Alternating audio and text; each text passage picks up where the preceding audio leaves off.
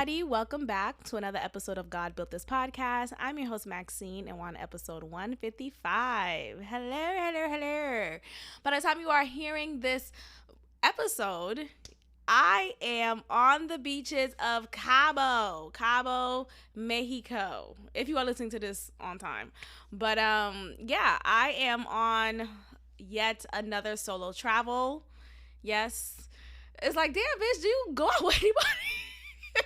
I do. I don't know. I solo travel. I do what I want to do. Like, if no one else is available to come with me, I'm still going to go if I really want to go.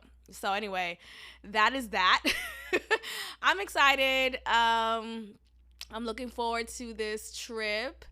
I am going to change my narrative when I'm on a solo travel. And what I mean by that is, in my previous solo travels, I was asked the question, who are you? Are you here with anyone, or who you here with? And it was always an honest response. I'm like, nobody. I came here by myself.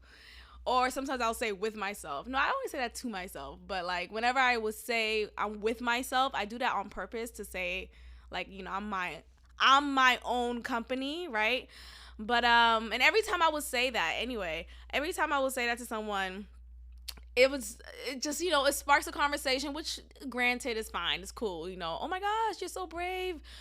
Oh my gosh, I don't think I would ever solo travel, or, you know, whatever. I remember the first solo travel that I did, I went to the DR in 2018, and I was on a resort, you know, all inclusive. So, like, you know, I'm smart about it. I'm not solo traveling and I'm in a hostel. Like, what are we doing? But this guy, he approached me as we were all in the dive bar on the resort. And there's people there. Everyone is, you know, there's people. It's in the public. And he sees me, like, not obviously with someone.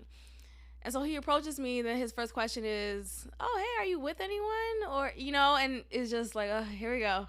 And I could tell he was already, like, drunk or just inebriated to some extent. And you know how people talk, and either their mouth is already moist, or they're, like, they didn't finish drinking or swallowing, whatever it is. But he was spitting as he was speaking to me. Anyway, I was obviously younger at this point. And being just an honest, like, I give it to you straight. Like, I'm not gonna lie or make up a story or make up a scenario, because I just can't I'm not keeping up with lies. Like, I don't want to, I'm not going to. And yes, you're a mere stranger to me. I could have just lied, but at the same time, I just didn't want to. So I was just like, yeah, you know, I came here by myself. And then he started to just basically make me feel bad. He was like, really? Are you okay? Is everything all right? Are you running from the law? That was literally one of his line of questioning towards me. And I was just taken aback. Like, oh my gosh, I just really wanted to come to the DR, and no one else in my life was available to come with me. And I just wanted to go, and I do enjoy my company. So I came. Like, fuck. So anyway, you know, you have responses like that, you know, from people who just don't understand. And my second solo travel, I went to New Orleans, and that was a good time. And when that person asked me, it was a group of people, they came together, it was black people, and they're like, I think they were around my age. And she was asking me, you know, if I was here with anyone. I said no again, but it was a good conversation. Like, wow, that thing is so brave. Like, that's like, we was getting to know each other. It was a cool time. So sometimes it's a hit or miss whenever you are asked that question, if you're solo traveling and you do answer honestly. But I don't want to deal with any type of possibility of a negative or just an unwelcome response. So what I think I'm going to do is say, I'm with people. I'm going to say that instead of just saying, oh, I'm here all by myself. I'm here all alone in this whole country where I don't speak the language fluently. I am here alone. Everyone, do you hear me? I am here alone. No, I'm not going to say that anymore. But again, and I think that's obviously a smart choice now that I realize it, because I could have been a target of sex trafficking. All that shit is real. I remember in DR when I was there by myself, I was just so taken aback by all of the men there in the DR, like the Dominican men. They loved me. They loved some chocolate, they just love my whole physical appearance. And I've literally had guys kind of follow me, actually. Some of the workers, one of the bus boy, he worked at the resort. He would suddenly always be around me, always complimenting me. And it was like, initially it's flattering, but it's like, okay, nigga, can you stop? Do you want to come upstairs? Like, what? It's like, no, but seriously, it was a lot. And it was like two other guys at the same time doing it at separate moments. I remember the lifeguard who was at the beach that's connected to the resort that I was staying in. He was just, when I tell you guys, he was looking at me up and down, like licking literally, I was a piece of meat. You know how people would say, stop looking at me like I'm a piece of meat? I never understood that. Excuse me. I never understood that until it happens to you. Like, what do you mean somebody's looking at you like a piece of meat? You're a human being. Like, what are they doing? Licking your paws or your hand?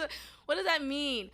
But anyway, he was looking at me and just like licking his lip. He got close to me, not like too close, but he was just trying to get close to me.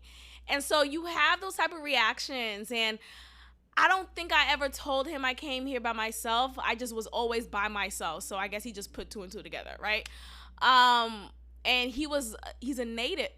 He was a native there, or he is a native in the DR. And what he say? He was like, oh, I could show you around. I could show you like the hot spots here in, the Dominican Republic. I could, be your tour guide, basically. I could get you out of the resort and you could really get a feel of the country and really take a look at it, whatever. And me, how old was I? I was like, I don't know. It was a few years ago. I think I was probably 27. So not even that long ago, but I was still like not as mature as I am mentally. Not to shade me, but still, when he said that to me, I was considering going out with this native guy who was looking at me like I'm a piece of meat by myself. And thank God for my cousins and my sister, who at that point we were all on a group chat together, and we were always like regularly checking with each other and talk and all that stuff. So thank God for that group chat, because I did say to them, like, hey guys, so this is Guy, he wants to take me out. My sister was like, Mama, no, don't even think about it. And I really had to like slap myself like, oh wait, that doesn't sound like a smart idea. Okay, no. So I didn't go, thank God, because I probably wouldn't have been here. And yeah, so I say all that to say, I'm going to say I'm with people, and it's not an entire lie, right? Because technically I am with people. When I'm on the airplane, even though I came with my own self, I am with people. I'm around people. I'm fine. So I just say that to say, has a protective measure to just be mindful of the people around you in case you are a solo traveler, as myself. And this is a reminder to myself too, to just be mindful of that, because you don't know what people's intentions are.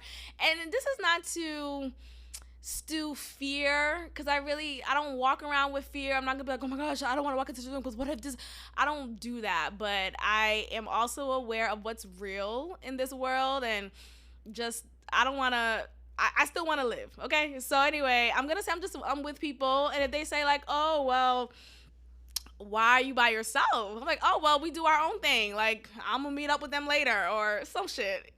But at that point, I'm going to shut it down, because I think sometimes people like to overstep their boundaries in conversation with people, especially even with strangers. People like to overstep their boundaries. Like, stop. And I'm going to talk about work real quick, because I feel like if you ask me, how was your weekend? And I say, oh, it was good. And I literally just give you that. Oh, it was good. Or, oh, I just slept, I just caught up on sleep, some shit like that. If I kept it short, leave it at that. Okay? Leave it at that. Don't try to figure out more about my weekend. I have this coworker who, my God, today, if I don't intentionally be curt with him and intentionally don't lock eye contact with him, because I notice with him and how he talks to me specifically, I don't know if he does it with other people because I don't really pay attention to that. I pay attention to how you treat me.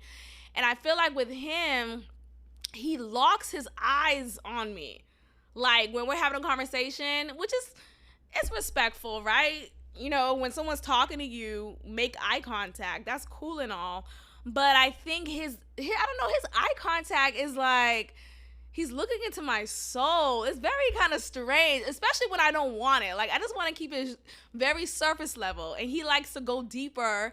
And I just don't understand why. So, every time we'll come back from a long weekend or break, we'll run into each other, of course, whether it's at the teacher's lounge or just through the hallways, etc.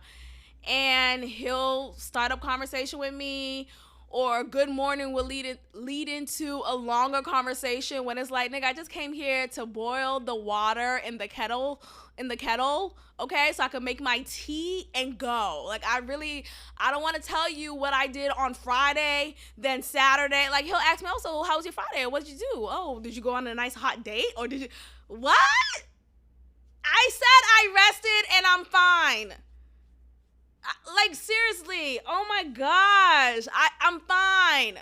Everything is well. And I'll try to turn it around, okay, well, how was your weekend? And he'll shut it down in a way, he'll dumb down his weekend, because he'll say how, because of his kids now, I think he has 2 or maybe just 1, but now that he has kids, he'll just say oh, I just had a boring weekend, no big deal, nothing really happened. And it's like, okay, nigga, you used to do math, what are you talking about? What are you talking about? Okay, let me stop. It's a joke. It's a fucking joke. But the point of what I'm saying is, why are you asking me more questions? Stop. Stop it, Joe. Stop it. I love saying Joe now. We did it, Joe. Stop it, Joe. But anyway, I get that from, remember when Kamala Harris got the news that Joe Biden won? Anyway, not to say that I'm happy about the presidency, but just that bit is funny. But let's talk about inclusion and why I really just stand on inclusion is not necessary for everybody. I'm going to say it again. Inclusion is not necessary for everybody. And what I mean by that is, I think there's this forced inclusion agenda for everyone, under every umbrella, under every just circumstance. Everyone needs to feel belonged. Everyone needs to feel included. And it's just ridiculous. There was this professional development session that I attended at my job. And one of the key go-to phrases is diversity and equity and inclusion and equality. And it's okay, all right. It sounds cute, right? It sounds cute to say, oh, we have a diverse population of workers here, or we have a diverse population of students here. That sounds great and all, but do we really need it? I don't think so. Call it what you want. I don't think so. And let's talk about diversity. I think sometimes diversity, people only think of, there's black people now in this white dominated space, which has been for the long time focus of what diversity is. And though that is part of diversity, that's not the only focus of diversity. There's race, there's sex, there's gender, there's age, there's disability, there's socioeconomic background. There's so many factors that contribute to diversity. So when I say that not all types of diversity, I shouldn't even say what I'm about to say. But I think if you're on the spectrum, I think another conversation needs to be had. I think, you know how there's a school for alternative kids, right? Like, these alternative kids just couldn't be successful in a regular, traditional, structured school environment. So they have to learn, or they have to be transferred to an alternative schooling environment. That's for the best. Look, I've never been to an alternative school. I've heard stories about them. Like, it's really like a boarding school situation. I don't know, but I feel like I'm gonna talk past tense because I don't want to make it sound present, even though I'm going through a present situation right now that's dealing with this like topic of diversity. But I remember my previous job. What was I gonna say? My previous job, one of my coworkers, he was definitely on the spectrum. Like, okay. And, you know, you have to obviously be kind and welcoming to everyone, which I was, and which I am still to this day. But it's like no one gives you a warning. Like, there's no label. You know, there's a label on the foods that you buy, on the drinks that you have. There's no warning label. There's no diversity label. There's nothing. You just have this interesting human being who's now a part of the mix that is typically of the same types of people, right? Like, everyone in this environment are able-bodied and mentally able, right? We don't have any quirky, like over-the-top quirky idiosyncrasies. But one of my past coworkers definitely had his own interesting, over the top, definitely on the spectrum idiosyncrasies. And nothing was said. Like, there was nothing. And maybe that's illegal to say. I think maybe that's the reason why nothing was said, because literally nothing was said. We were just acting like we don't see what's going on. I remember having a team meeting, and he was a part of it.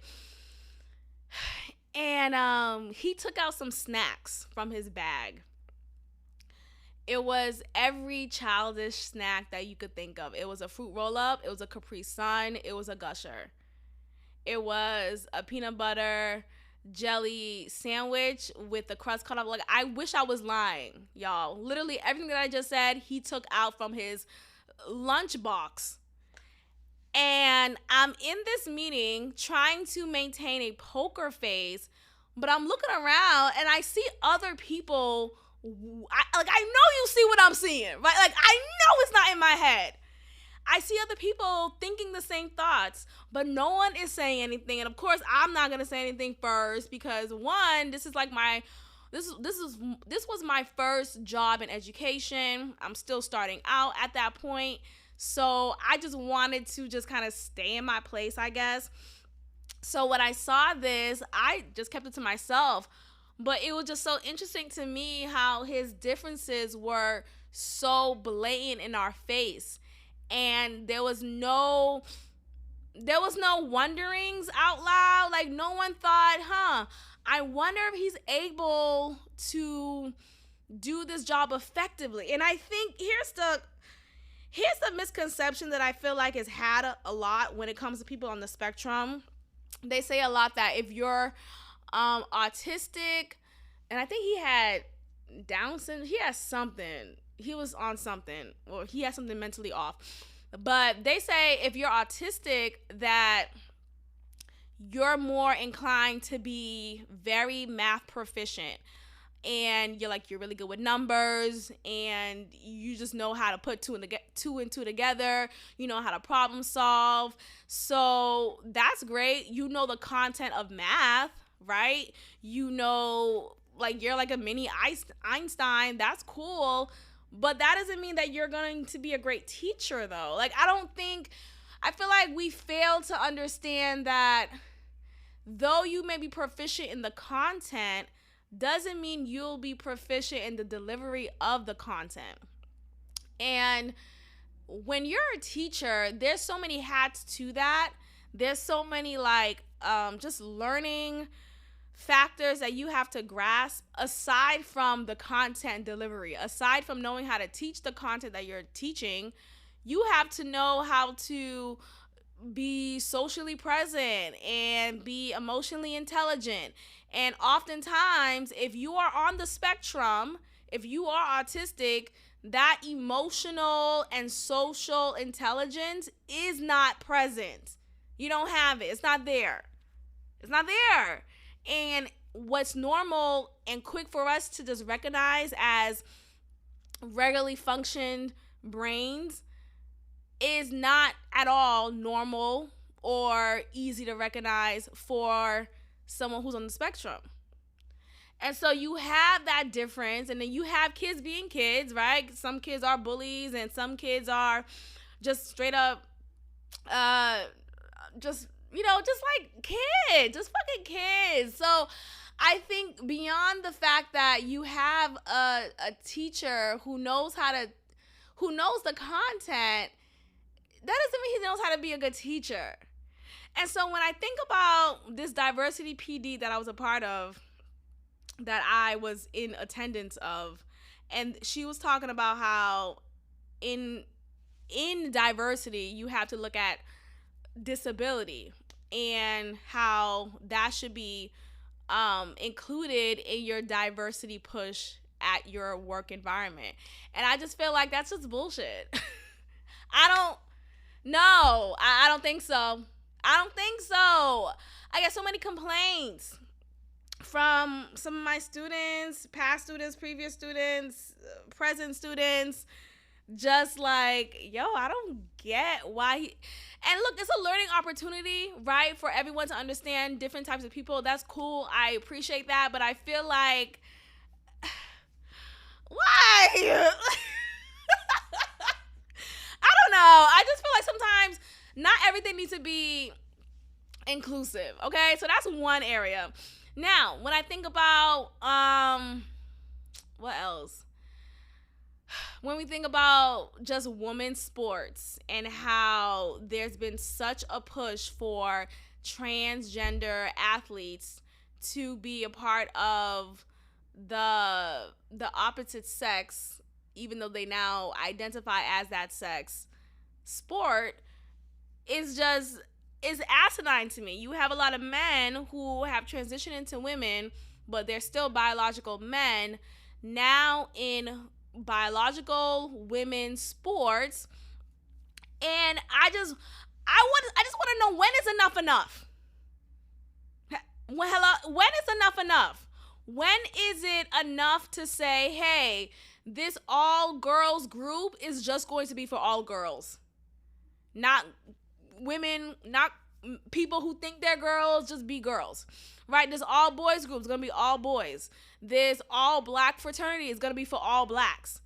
And I think sometimes when I use that argument of, well, it's inclusive for frats, for all black frats, you know, the Divine Nine, and just like specific ethnic groups, why is that okay? But the other areas are not. I think, though, because you have the history of African Americans being discriminated against, segregated, prejudiced against, that, of course, we understand the history and the origin of an HBCU, of an all-black fraternity and sorority. I get that. I just want to understand, why is it that we don't just have that all around? Like, why can't it be okay to say, hey, this is not the group that I belong in?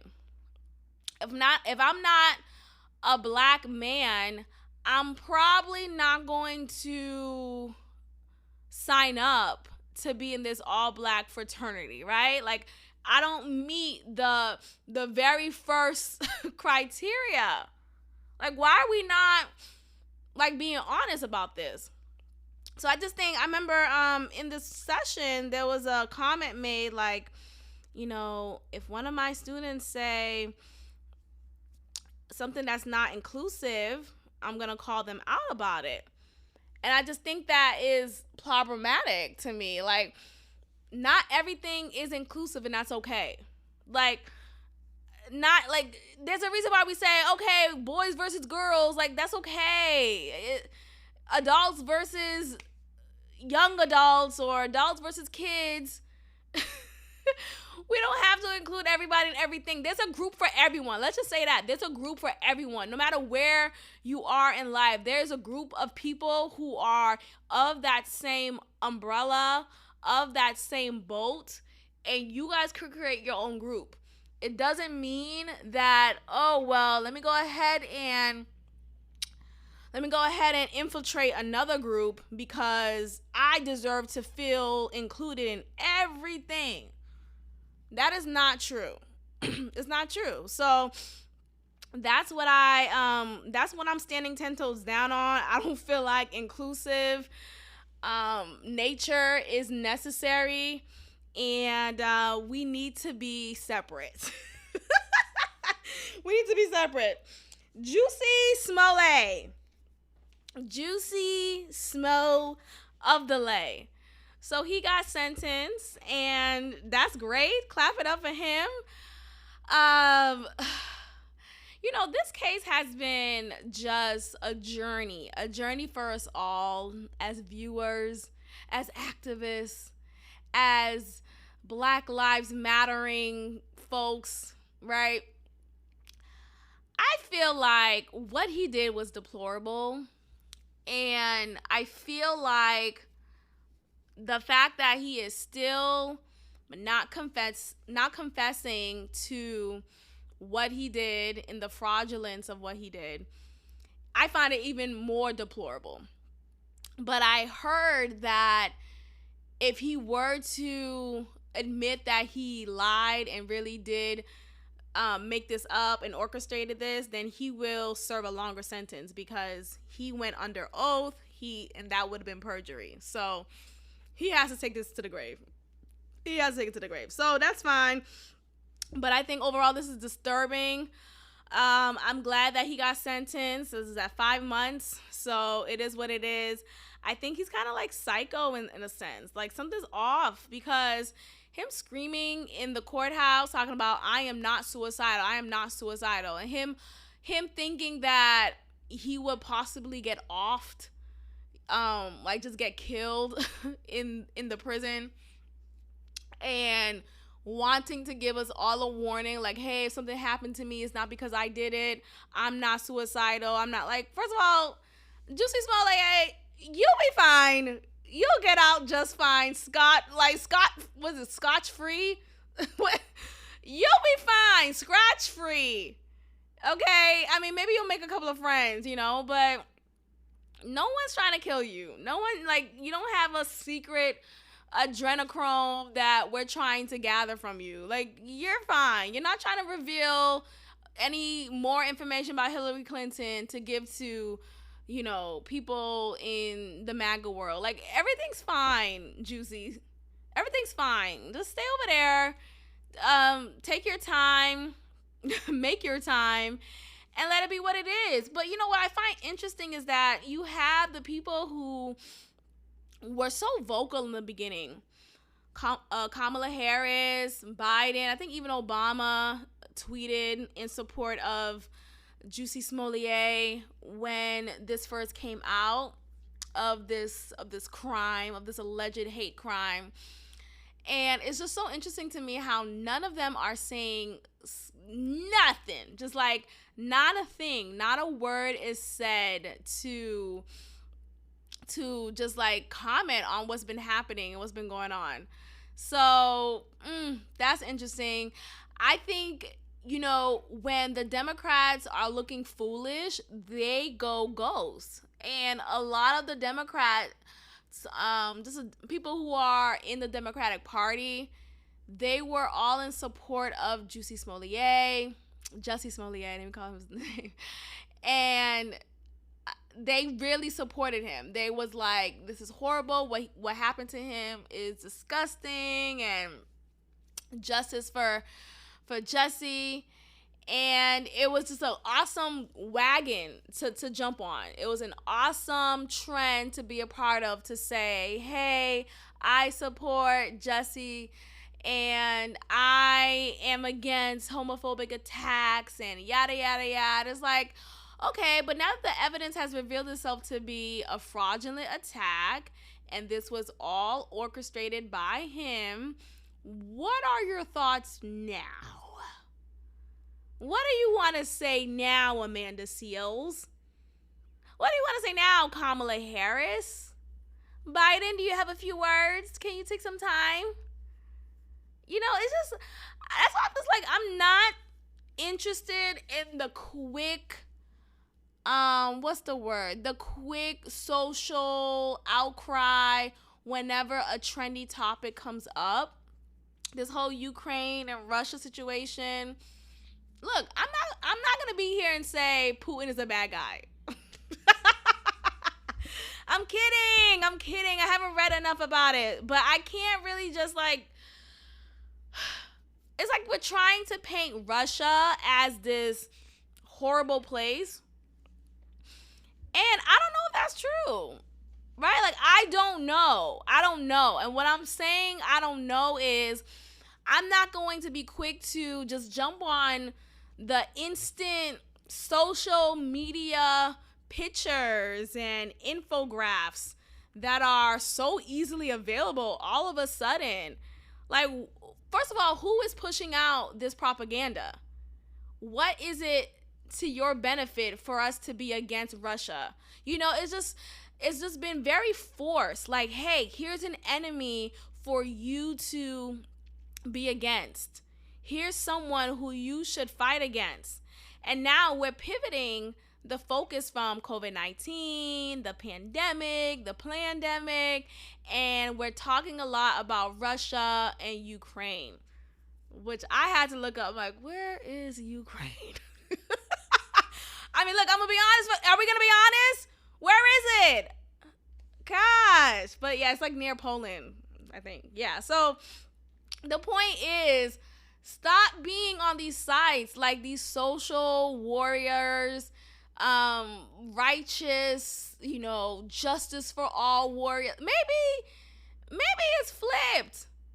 Maybe there isn't justice needed. Like, there's been so many images that I've been coming across. I haven't been sucked into the whirlpool, because I know if you just click the hashtag, you can find images upon images, videos upon videos of the whole Russia invading Ukraine situation. But from what I've gathered from different podcasts that I've watched and listened to, I've learned that there are videos being pushed out of just, of course, the hysteria that's going on in Ukraine, allegedly, and that the women, their babies are being snatched from them. You have guards yelling in front of just desperate people who are vulnerable. Come to find out, these videos are manufactured. Some of the videos are a part of a video game. There was a video being pushed out of like bombs being just like suddenly offed on this mainland in Ukraine. Come to find out, that was a still or video capture from a video game. Don't believe everything that you see. Like, stop. Oh my God. You see what's going on in Ukraine? Do you see what's going on? Are you there? Can we go there first? Can we, stop? I remember one of my students will ask me just a moment ago, oh my gosh, you see what's going on in Ukraine? I'm like, no. And you don't see either, because this is not real. You don't know this is real. Like, stop. I literally had to have a moment. I had to cut my content delivery short. I have to stop teaching how to find textual evidence and give them a quick rundown of why you should not easily believe what's being pushed on you in the media. Okay, so don't be quick to say, oh my gosh, I hate Putin. Not to say he's not hateable. I'm sure he's done amazing things, but I'm sure he's done deplorable things. But I think when there's this like agenda being pushed to hate a particular person or a particular country. I want you to sit back and think to yourself, why? You know, for so long, we were forced to be Islamophobic and be afraid of people from Pakistan and Iran and Afghanistan, just to find out that it was all orchestrated, you know, but they wanted to create this beef, this terror. And for so long, you have a lot of Afghanistans who are living in America feeling just in fear, feeling just afraid, being in their skin, being themselves, feeling like they have to hide who they are because of this propaganda being pushed out that everyone from Afghanistan are terrorists. And now we're just now reeling from those after effects. We've just now been more accepting of people from foreign backgrounds. Like, what? You know how long it took for people to accept black people in leadership positions? And now we're finally accepting Islam.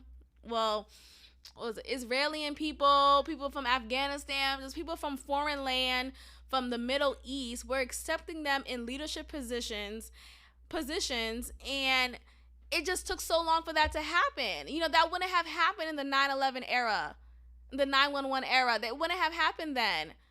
You know, so for so long, we're just constructed to suddenly hate a group of people.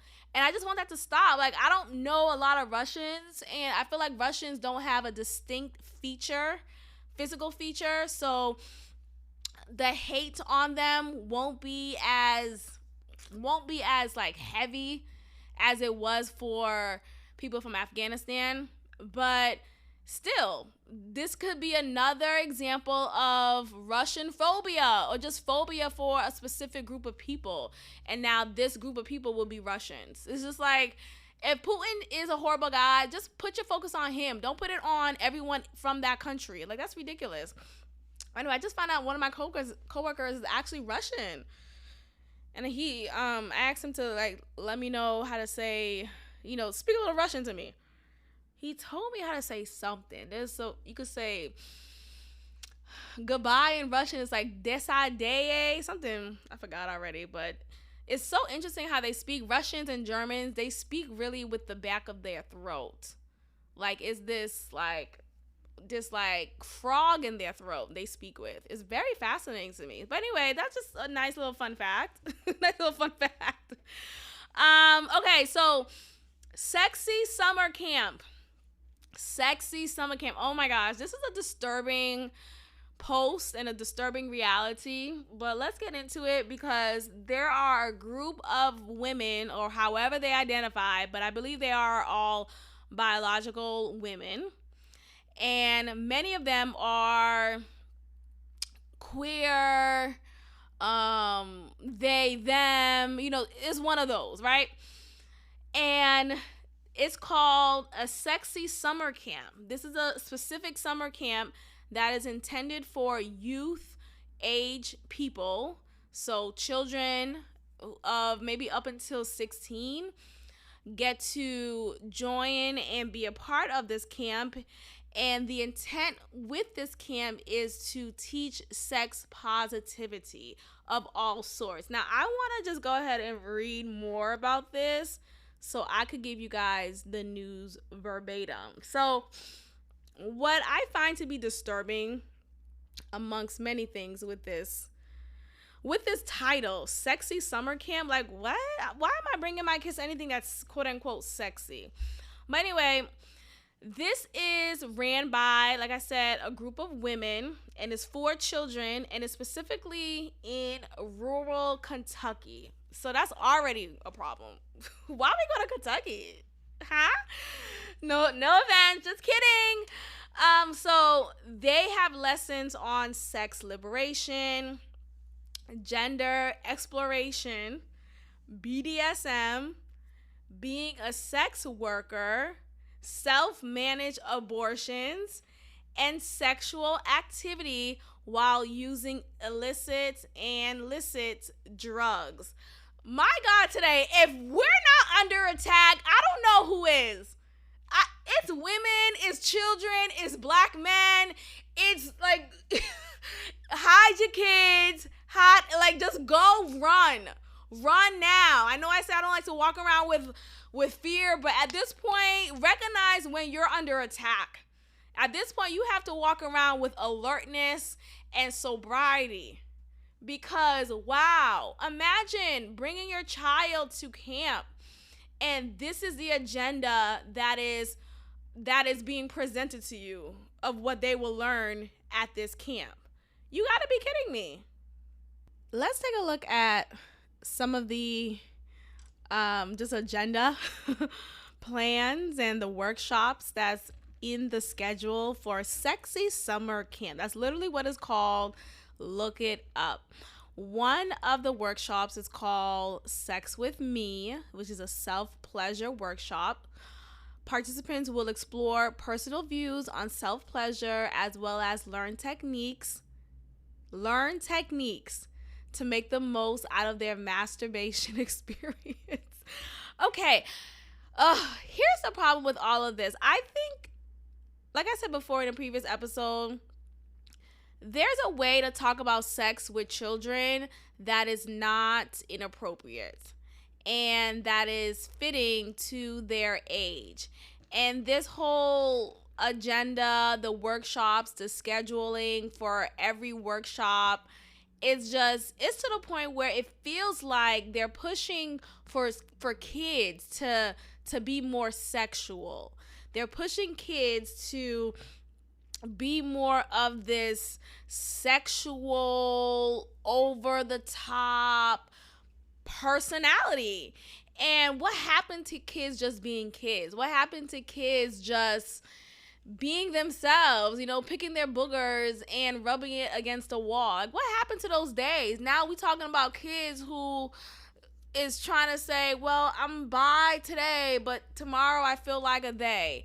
It's just ridiculous to me. So I think when we are okaying this type of rhetoric and we're doing it because it sounds good, you want to sound inclusive, you want to sound not phobic to anything, it's now putting our kids in danger. There's no reason why my 8-year-old, my 10-year-old, niece, nephew, cousin should know masturbation techniques. I'm sorry.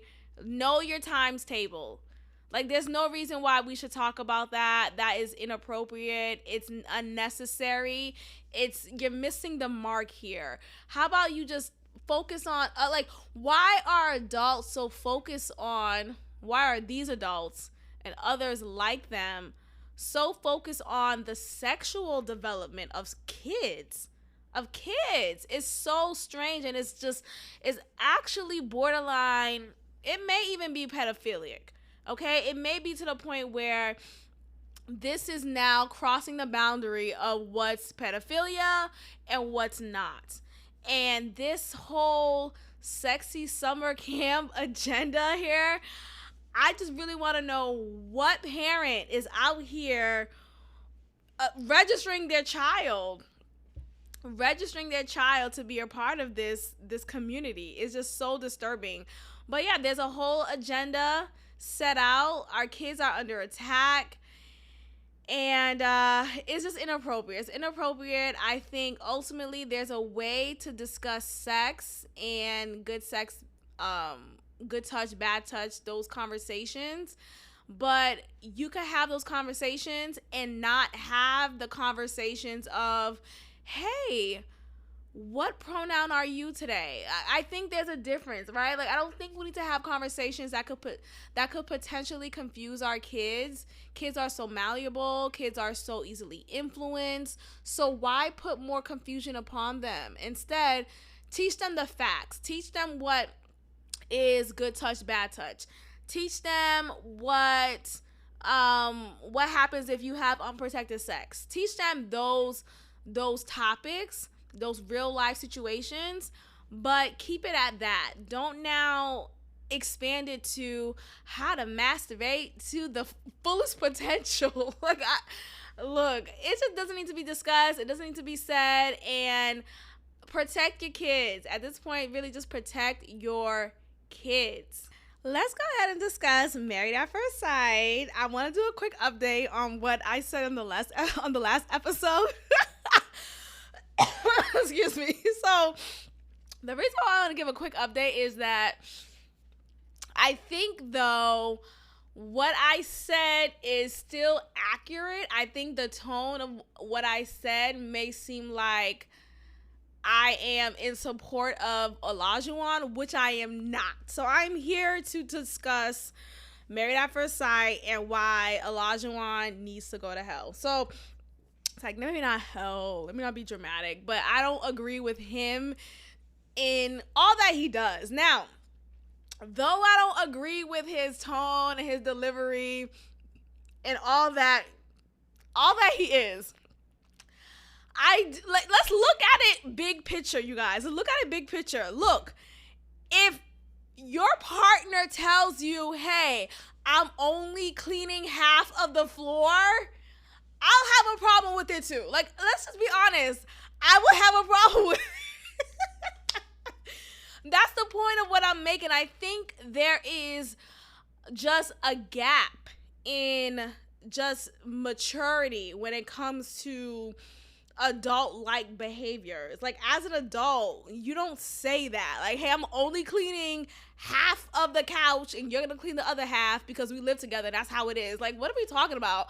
And I also feel like if my partner is still up cleaning from a joint party that we threw together and I'm done, I go to sleep, that's fucked up. Like, I don't know, like, what happened to one team, right? Like, I will be cleaning with you. We're cleaning together. We're wrapping up together, and then we go to bed together. That's how it goes, or that's how it should go.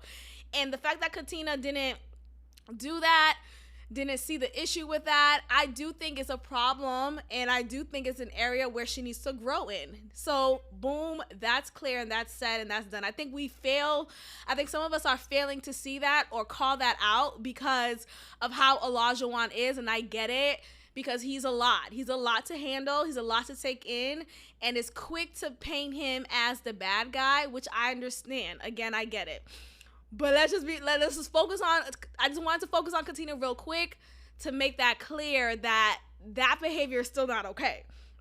Now, let's go back to Olajuwon, because I think with him, though, I noticed something about his behavior that I've noticed in previous guys' behaviors that I've dated in the past, where you could do something for them or you do one thing for them and it's like, oh, you pleased them. You gave them a reason for them to like you, right? You're proving your worth. You're professing why you're this good wife, this good girlfriend, or a good candidate for being your girlfriend. And I think that is what we're seeing between Olajuwon and Katina.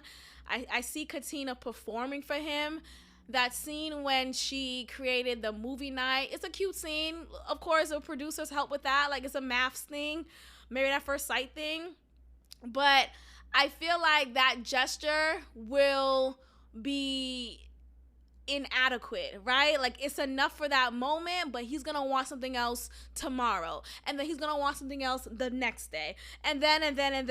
Like, there will never not be just enough of what she could bring to the table for him to be fulfilled with. And that is not okay. You want someone who wants you just as you are. You don't have to perform for them. You don't have to put on an act. You don't have to throw a party or create this big gesture to get them to like you. Like, you don't have to get anyone to like you.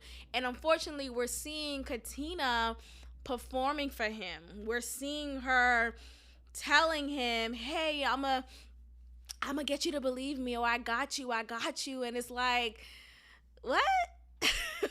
You could tell Olajuwon really hasn't dated black women. Like, what he said was definitely true, and it wasn't surprising. His behavior tells it all. It proves it all. I wouldn't expect a black woman to be okay with him and all that he brings to the table. It's a lot. And I feel like for him to say or have this such a high standard of what a wife should be, yet he's not bringing much to the table when it comes to a husband. Okay, if he wants to keep it very archaic when it comes to what a wife should be and what a wife should do, right? Cook and clean and stuff like that. As a husband, you should know how to please me. Hello? Is my mic on? As a husband, you should know how to lay it down, and you should do it well, and you should do it often. And I feel like because he hasn't been doing that, because they haven't had sex yet, which I find to be astonishing, especially being that he has professed that he's this playboy and he was Isaac back in the day and he would just sleep with so many women. For him to not take an opportunity to finally sleep with Katina, at first it came off admirable, like, oh wow, he really wants to make this sexual moment a moment of significance, a moment of romance, all that. But I think it's his way of being manipulative. I think it's his way of holding it over her as a tool. Like, hey, you got to prove to me that you're worthy of my dick, that you're worthy of this dick. Do you want this dick? Are you worthy of this dick? Like, I really think he's trying to wait until the right time and tell her, hey, you've been showing me that you are a good wife. So it's now time for me to show you I got that good dick. Like, I think it's one of those. I really do. So I'm really interested in seeing if and when he does lay it down, how is it? Because I think oftentimes, I love saying oftentimes, seriously, I think oftentimes, I just think it's a red flag. Honestly, I think it's a red flag when a man is holding out for as long as he has, considering he was saying that he's so, he's Isaac, big dick Isaac. I don't know. He was walking around like he has big dick energy. And I think for him to not have been, he's not really romantic as far as like affectionate physically. He's not holding her. He's not doing stuff that will make you think he is a sexual being or that he's comfortable in his sexuality. So I feel like he's insecure. I think there's some insecurity there. I think he's unsure if he is able to please her, being that she is a black woman. She's his first black woman that he's ever dated. So there's some nervousness there. I think he feels like, okay, man, what if I don't live up to her expectations? What if I don't make her happy? There's a fear there. There's an insecurity there because for so long he's only been with white women, and maybe he's had this, most likely he's had this dominance over white women. So he probably didn't have the fear of, what if I don't meet her expectations? He probably doesn't have the fear of any of that. So he had sex with them early on. But now that he's with someone completely new, completely out of his comfort box and comfort zone, it's really speaking to the Isaac that he proclaimed he was. Like, this Isaac is obviously only reserved for white women. I don't think he really knows how to lay it down. I don't know. And when Katina told him, hey, I really like my man to be like, rah, rah. That could have been an opportunity for him to do that. Now, I remember that scene kind of ended, from what I could recall, it ended with them going into the bedroom, and that was it, right? So we don't see anything past that point, obviously. So who knows come the next episode if they do. We'll see. I thought they would have had sex episodes ago because there was a time when he poured flower petals on the bed. So I really thought there was something there, but it didn't happen. Unless they're not telling us. Maybe they're like a Merla and Gil. They didn't tell us. They won't tell us until later on. We'll see, but it's looking fishy to me. I feel like guys who do that, it's a red flag. It's just a big sign of your insecurity. It's weird. It's unnecessary. And go seek help. Just go seek help.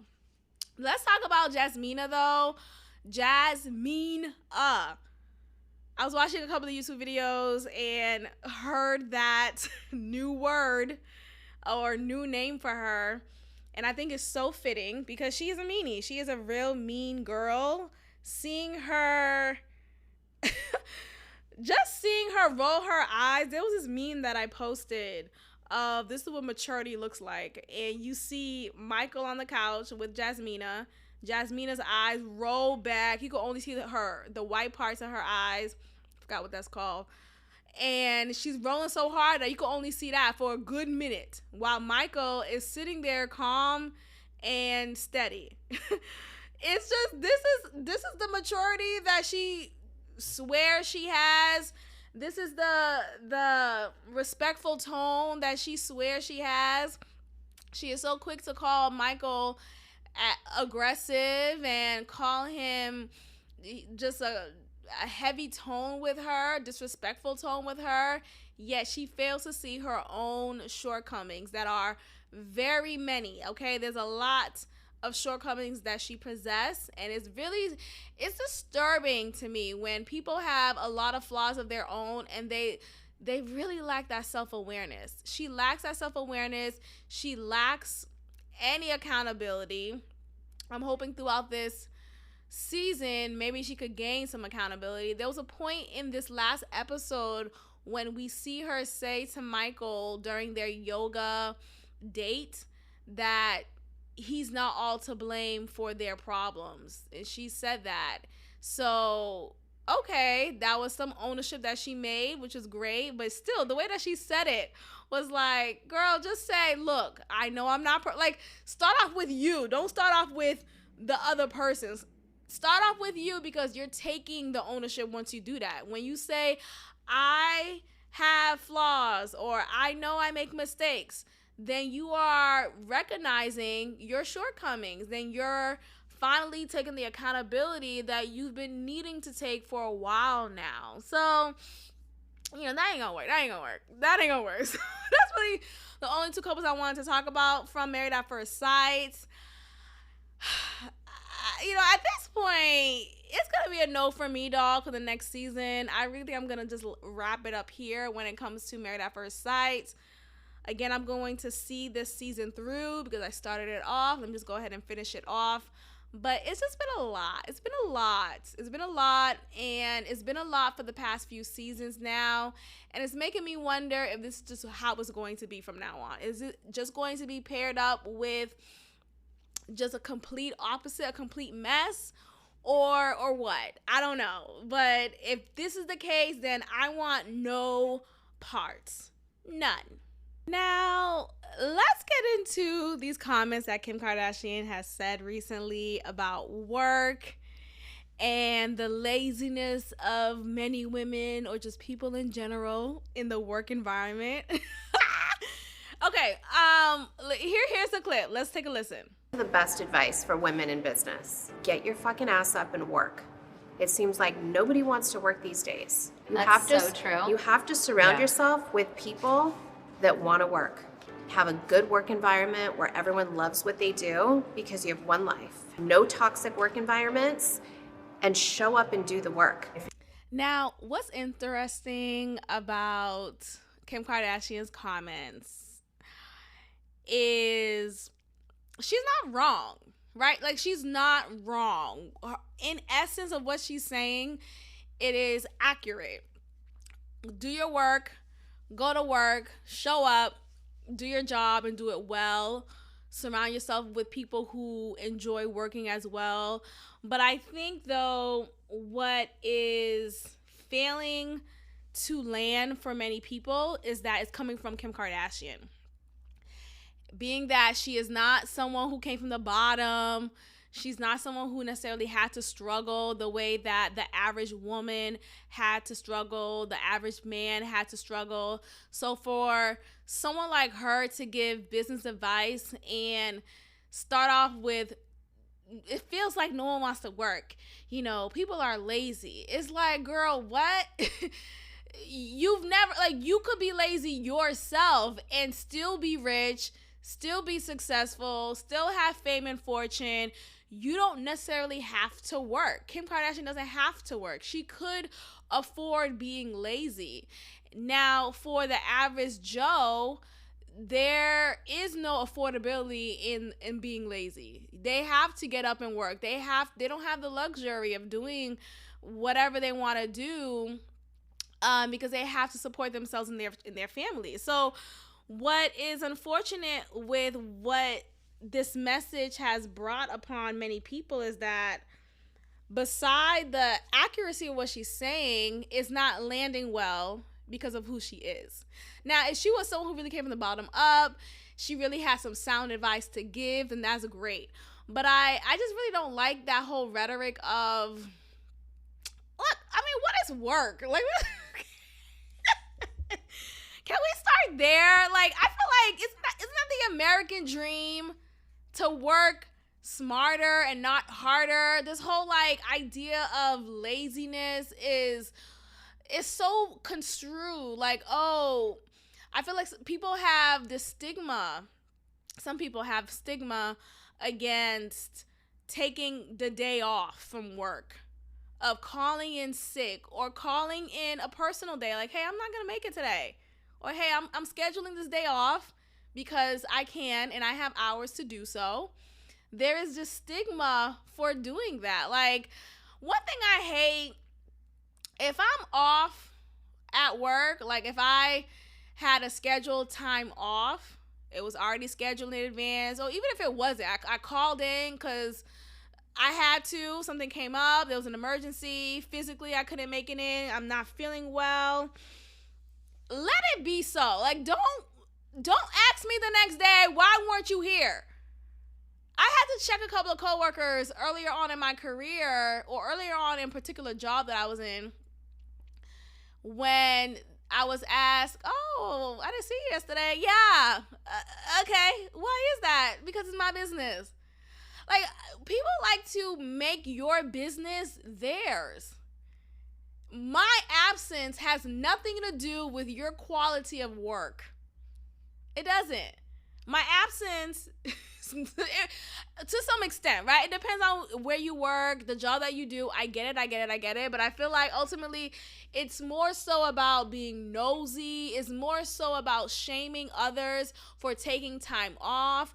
I feel like I need to be living in France, because from what I've learned of the French culture, they really don't give a fuck about work, or the Parisian culture in particular. There's a show that I watch called Emily in Paris, and they really don't give a fuck if you come into work, but you still get paid. Like, that's really just an essence of what life is like in Paris. They work, they barely go in on time. I remember watching it, the first season of the show. You have Emily coming from Chicago, coming from America, into a whole new land, a whole new culture. And she's coming with her American way of doing things, right? Make sure you arrive early. Don't come in late. Don't even come on time. Come in a few minutes early, 30 minutes early to work. Always be ready to work. Always be ready to do more work. Just like eager beaver. And she was coming into her work with that energy, with that same American mindset, Chicago mindset, etc. And her Parisian coworker is looking at her like, what? Why are you always here so early? And she's like, don't we start at 7? Yeah, but we don't really come in at 7. Like, it was just an understanding in the Parisian culture that you just come into work when you come in. Like, I'm not clocking in. I don't have to put the time stamp on. I'll be here when I get here. And it's totally different here in the States. It's totally different. I think there's even a 4-day weekend or yeah, like a 4-day work week or 4-day weekend in areas in Paris. So I just think ultimately you have environments that are so strict on what work looks like. Like work only looks like focus and um just always on task for the whole 8 hours that you're on duty. And it's like, that's not even real life. That's not that's not real life. The jobs that I have to do in my job doesn't take the full 8 hours to do. I can get it done in a stealthy amount of time and still do it well. So I think ultimately you got to know how to work well in your specific field, in your specific position. Know how to work smarter. Don't lose sleep over work. I think you have to really figure out and craft out a way to work smarter and not harder. And just be good at your job, of course. Like, continue to be better each and every day. But don't, like, I just hate these celebrities that come out and talk about, don't sleep. Sleeping is for suckers. I remember Steve Harvey said something like that a while ago, talking about you spending time sleeping. You could be doing this, could be doing that. It's like, no, I need to rest. Just like every human being, you have to lock out, clock out. You got to take a time out and rest. You're only doing yourself a disservice when you're not resting. You got to take some time off and go to sleep. You renew when you do that. You restore when you do that. So, I don't know. So this whole like lazy, I just don't like that word. It's like, why is one being called? There's real laziness, right? Like, you never come into work, you always come in late, you never do a good job, you always fucking up. That's totally different. I'm not talking about that. Like, that's, come on, get it together, right? I'm not talking about that. I'm talking about when you are doing your work well, you're smart at your job, the performance is stealth, very just high performance, and the quality is there. But you want to take a day off because you have it in a couple of weeks or in a couple of months, and you need to take that day off for whatever reason, whether it's personal, whether you have a scheduled appointment, whether you're sick. I don't want people to feel embarrassed or ashamed or uncomfortable or feeling discouraged to call time off. Like, that's why there's scheduled time off. That's why there's PTO. And I think for so long in this environment that we've been in America is this whole work, hustle. Like, I want to take a nap. I want to go to bed and try again tomorrow, and maybe I'll get it better. Maybe. But, like, stop. Like, let me go to sleep. There's this tweet that I saw that says, I'd be at work like 4 more hours, 3 more hours, 2 more hours. And that's dead as how I be sometimes at work. Like, seriously, especially, I'm only like that at work, specifically when I finish, like when I'm done teaching my set classes for that day, and I finished the necessary tasks that I needed to finish aside from teaching my classes for that day. And now I have an hour left until it's time for my specific dismissal time, because I don't get to leave the same time as the students, right? So at that point, I have an off period, but they don't call it your off period as a teacher. You're given planning periods. Like, every time you're not teaching, you're always planning. It's like, nah, bitch, I'm taking a nap. Nah, I'm putting my head down. I'm watching something else. I'm on Instagram. I'm not always planning. I planned everything already. We've already had set plans, meetings, and agendas scheduled for the next class. I already know what I'm teaching tomorrow. What else am I planning for? I'm planning for the next 2 years. Like, just relax. So this whole like always on, this hustler ass mindset, it's just, I think it comes from a place of scarcity, and it comes from a place of fear. It comes from a place of, well, what if I don't work hard enough? I get it's just, I don't want to think like that. Like, as long as you do your job and you do it well and you're consistent with it, that's all you need to focus on and bank on. Like, don't feel like, oh, I took a day off, or, oh, I had to take another day off because of my scheduled doctor's appointment, that I'm going to be reprimanded for that. Like, first of all, fuck you. And, like, know your worth. I don't know.